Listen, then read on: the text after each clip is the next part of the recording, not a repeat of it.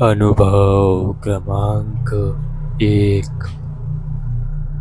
मी तुम्हाला आज जे सांगणार आहे ना, ते फक्त एखादी गोष्ट नाही, तर माझ्या घरातल्या रक्ताशी निगडीत अशी खरी घटना आहे, जी माझ्या वडिलांच्या वडिलांनी म्हणजे माझ्या आजोबांनी स्वतः अनुभवलेली. माझ्या वडिलांच्या तोंडून मी कितीतरी वेळा ऐकलेली आणि प्रत्येक वेळी अंगावर काटा आणणारी. त्या काळात 1962मध्ये शिक्षणाला एवढं महत्त्व नव्हतं. गावोगावी जाऊन रेल्वे खात्यात माणसं भरती करायची. ज्यांच्याकडे शैक्षणिक पात्रता नव्हती त्यांनाही कामं मिळायची. माझ्या आजोबांना पण तसंच झालं. त्यांना ट्रॅकमॅन म्हणून सरकारी नोकरी मिळाली. त्यांचा रोजचा दिनक्रम ठरलेला होता. खांद्यावर मोठा लोखंडी हातोडा, एका हातात टॉर्च, अंगावर रेल्वेचं जाडजूड गणवेश. ते मलकापूर स्टेशनपासून बोदवड स्टेशनपर्यंत चालत जायचे. रोज संध्याकाळी अंधार पडेपर्यंत एक एक ट्रॅक तपासत.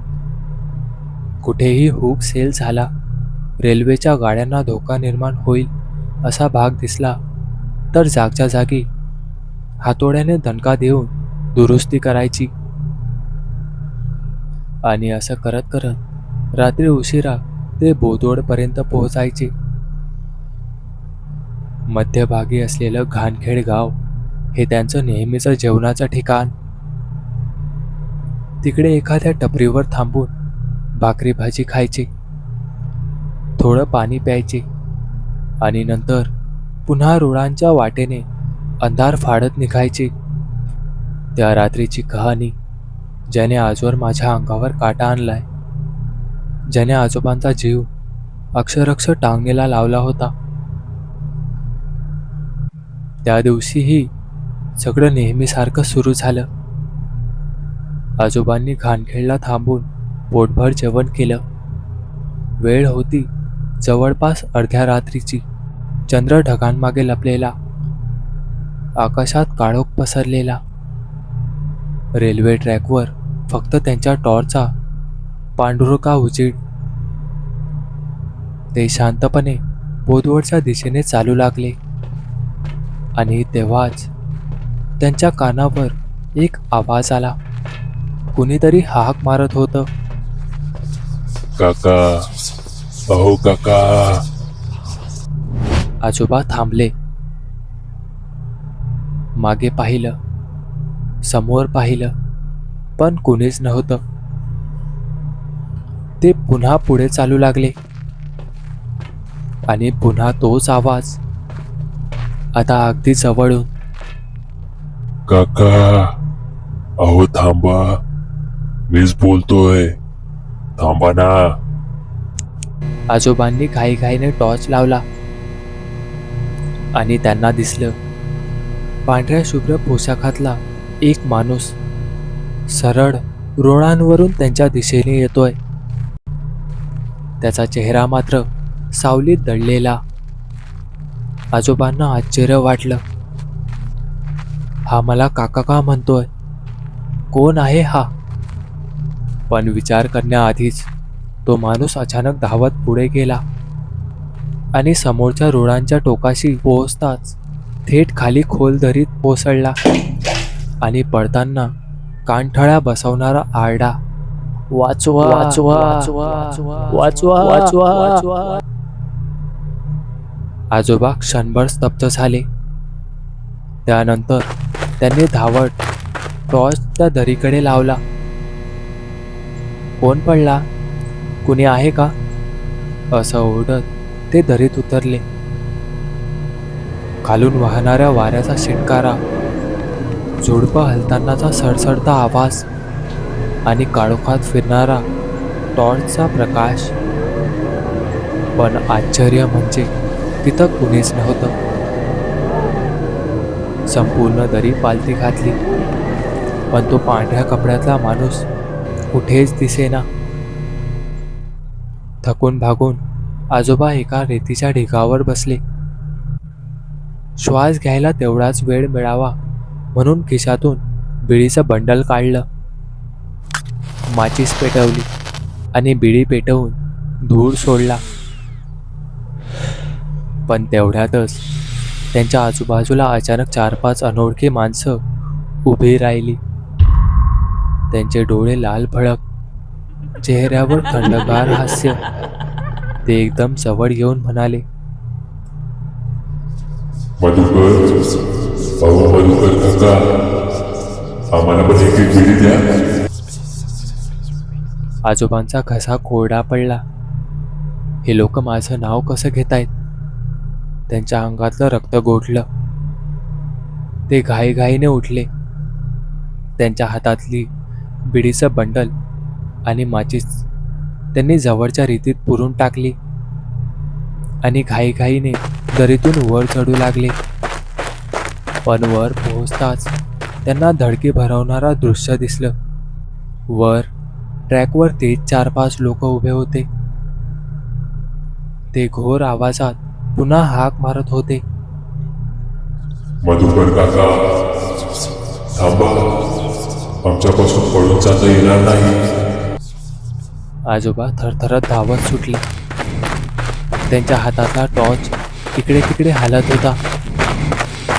अंधारात रुळांवर पडणाऱ्या त्यांच्या पावलांचा आवाज आणि मागून येणाऱ्या त्या भेसूर लोकांचा श्वास यांचा एकत्रित गोंगाट.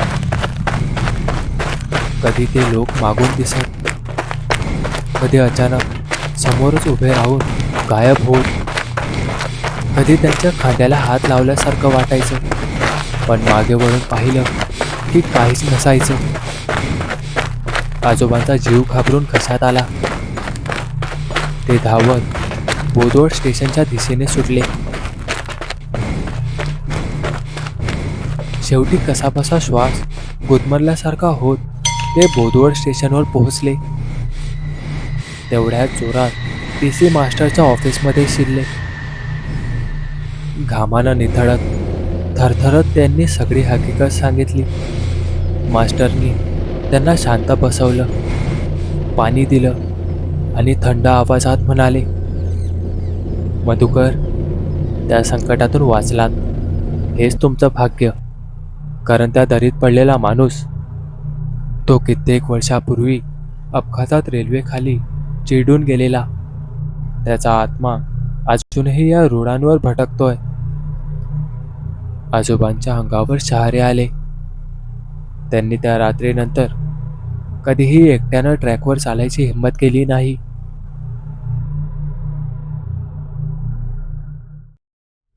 अनुभव क्रमांक 2.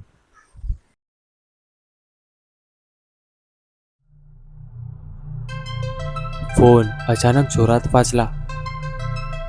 इतक्या सकाळी कोण फोन करतोय रे?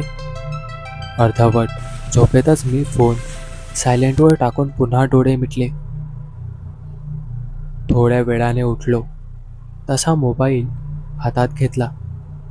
4-5 मिस कॉल दिसत होते. तेही माझ्या मित्राचे, अमेयचे. तो क्वचितच एवढा फोन करतो. नक्की काहीतरी अर्जंट आहे असं वाटलं. मी लगेच लँडलाईनवरून त्याला कॉल केला. सागर, पटकन चौकात ये, आपल्याला राजीव हॉस्पिटलमध्ये जायचंय, त्याने तातडीने सांगितलं. ते नाव ऐकून माझ्या अंगावर काटा आला. तुम्हाला वाटेल साधं हॉस्पिटल ऐकून एवढी भीती का वाटावी, पण गेल्या काही आठवड्यांपासून तिथे विचित्र मृत्यू होत होते. रुग्ण काहीही कारणाने मेल्यावर त्यांची छाती फाटलेली आणि हृदय गायब असायचं. गावभर चर्चा होती. तिथे एका दृष्ट आत्म्याचा वावर आहे, जो माणसाची हृदय खातो. मी विज्ञान शिकणारा असल्यामुळे या अफवांवर हसायचो, पण मनाच्या कोपऱ्यात कुठेतरी भीती बसली होती. मी घाईघाईने तयार होऊन चौकात पोहोचलो. अमेय थांबलेला होता. आम्ही दोघे तडक हॉस्पिटलमध्ये गेलो. नेमकं का आलोय हे अजूनही मला माहीत नव्हतं. शेवटी विचारलं तर कळलं, आपला दुसरा मित्र करणचा अपघात झाला होता. अजूनही शुद्धीवर आला नव्हता. त्याचे आईवडील रडत बसले होते. आम्ही त्यांना धीर दिला आणि दिवसभर तिथेच थांबलो. संध्याकाळी मी त्यांना घरी पाठवलं. आम्ही दोघं इथंच आहोत. ते थकलेले असल्यामुळे तयार झाले. अमेयने जेवण आणलं. आम्ही जेवलो आणि बाहेर गप्पा मारत बसलो. 11 वाजून गेले होते.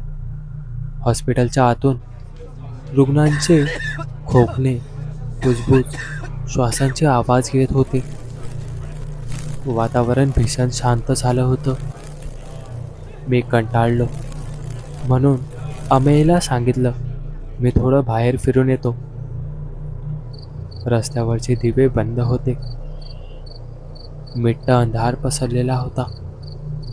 चालायला सुरुवात केली आणि अचानक झाडामागून भीषण किंकाळी आली. मी थरथरलो. लगेच मागे वळून हॉस्पिटलमध्ये धावलो. अमेय झोपला, पण मला डोळा लागेना. मनात विचार आला, हीच का ती भुताटकी शक्ती? सत्य शोधायलाच हवं. घड्याळात पाहिलं तर 1 वाजला होता. मी वॉचमॅनला सोबत घेऊन पुन्हा त्या झाडाजवळ गेलो. इथूनच आवाज आला होता. मी त्याला दाखवलं, पण मागे वळून पाहिलं तर वॉचमॅन गायब. झाडाखाली गेलो. वरून आवाज आला.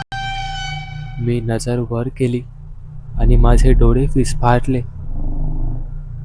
झाडावर एक भयानक बाई बसली होती. तिचा चेहरा फाटलेला, डोळ्यात पोकळी, तोंडातून लालसर लाळ ओघळत होती. हातांच्या नखाची धार सुरीपेक्षा जास्त होती. ती एखाद्या प्रेताच्या छातीवर ताव मारत होती. जणू हृदय फाडून खात होती. मी दबक्या पावलांनी मागे सरकलो, पण पाय घसरला आणि मी खाली पडलो. तिला माझी चाहूल लागली. ती अंगावर सरपटत विजेच्या वेगाने माझ्याकडे आली. पायाला पकडून खेचत म्हणाली, आधी वाचलास, पण आता नाही. मी सुटण्यासाठी धडपडत होतो. मृत्यू समोर उभा होता. माझं मन देवाला हाक मारू लागलं. तिची नखे माझ्या छातीत घुसू लागली. इतक्यात, सागर काय झालं? खाली का पडलायस? चक्कर आली का? अमेय घाबरून विचारत होता. मी शुद्धीवर आलो. ती बाई गायब झाली होती. अमेय मला धरून आत घेऊन गेला. मनात प्रश्न घोळत राहिला, हे सगळं खरं होतं का फक्त भास? पण सकाळी उठलो तेव्हा उत्तर स्पष्ट दिसलं. माझ्या छातीवर खोल नखांचे व्रण होते.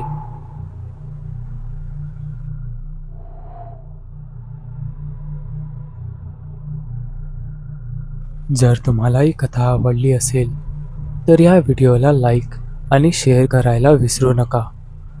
जर तुम्ही आपल्या चॅनलवरती नवीन असाल तर आपल्या चॅनलला सबस्क्राईब नक्की करा आणि बेल आयकॉनवरती क्लिक करा, म्हणजे तुम्हाला पुढील येणाऱ्या व्हिडिओचे नोटिफिकेशन लगेच मिळेल.